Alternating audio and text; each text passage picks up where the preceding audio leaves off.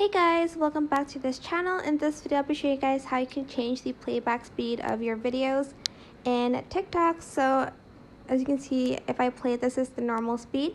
And if I want to change the playback speed, I'm just going to hit the share button on any video that you want. And you're just going to scroll this to the very left until you find the playback speed. If you want it to go faster, select the 1.5x speed or the 2x speed. If you want it to go slower, select the 0.5x speed. I'm going to test the fast one. I just selected it and this is what it looks like. As you can see, it's a little bit faster. But yeah, that is pretty much it. That's how you can change the playback speed of any videos on TikTok. I hope this tutorial was helpful for you guys. Don't forget to like, comment, share. Also subscribe to this channel if you haven't done that already.